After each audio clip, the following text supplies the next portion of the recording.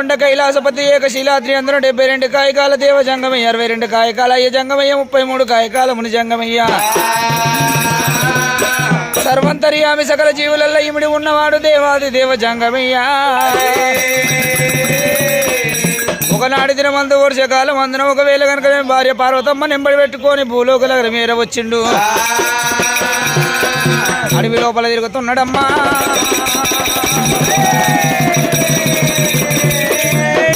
పొంటి పోయేటి నల్ల ఈమె కాడికెళ్ళి గగన మార్గాన పోయేటి గంట వేరింట పక్షి అక్క జింబా 80 లక్షల జీవజంతులకు అన్నమాధారం పెట్టే వాళ్ళ మనమే కాబట్టి